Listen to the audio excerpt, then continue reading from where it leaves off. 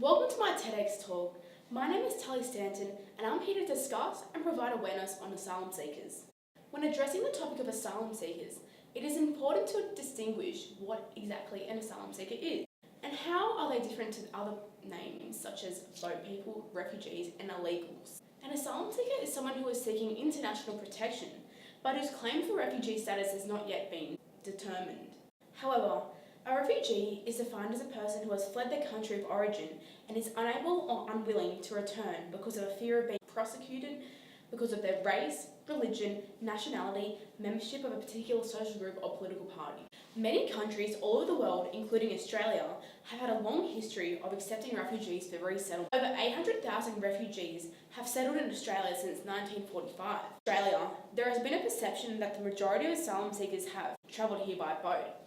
After 2012, the proportion shifted with a change in policy led by the Labor government.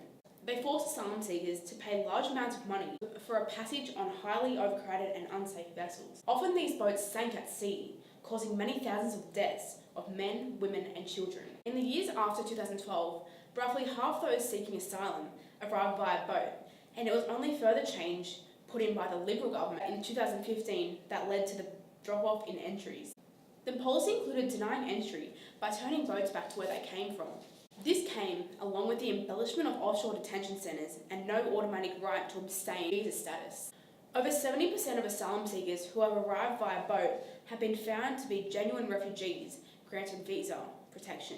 There are a limited number of what we call economical refugees, who are people who choose to move in order to improve their future prospects of themselves and their families. It is also interesting to note that asylum seekers arriving from Afghanistan, which were the country with the largest number of boat arrivals, were granted visas in over 96% of cases, whereas those arriving by air from China, which have the largest number of air arrivals, only 20% were granted visas. Perhaps we should be more focused on asylum seekers arriving by air. In the context of our migration program, the number of asylum seekers arriving by boat to Australia is roughly 1.5% of our total migrants on an annual basis.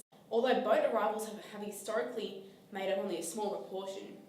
We've all seen the dramatic scenes on TV where asylum seekers from North Africa heading to the Italian coast failed to make it, with a significant number of lives lost. The Italian towns are overwhelmed with those that actually make it, and significant social problems arise from the need to accommodate and provide shelter and food. In 2010, over 70% of the refugees to Italy arrived on a boat, largely to profit the illegal smuggling racket. In 2013, the largest number of claims were in Germany, which were 109,000, US 88,400, France 60,100, Sweden 54,300, Turkey 44,800. However, Australia was 24,300. Most asylum seekers and refugees actually remain in their country of origin in the hope they'll be able to return to their home country as soon as possible. This places a burden on neighbouring countries, and these are usually developing countries. About 85% of refugees were hosted in developing countries in 2007. Since the majority of asylum seekers are hosted in developing countries, the burden of assisting the world's asylum seekers and refugees actually falls to the world's poorest countries. Pakistan hosts the largest number of refugees worldwide, followed by Iran, Jordan, Lebanon and Turkey.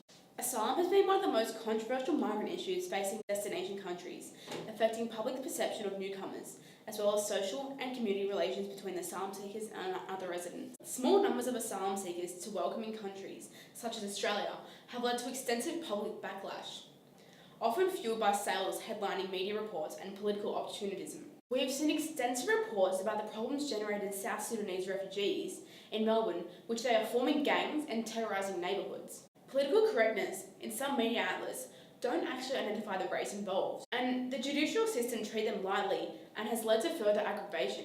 Negative public reactions derive from basic cultural and linguistic differences between asylum seekers and residential population.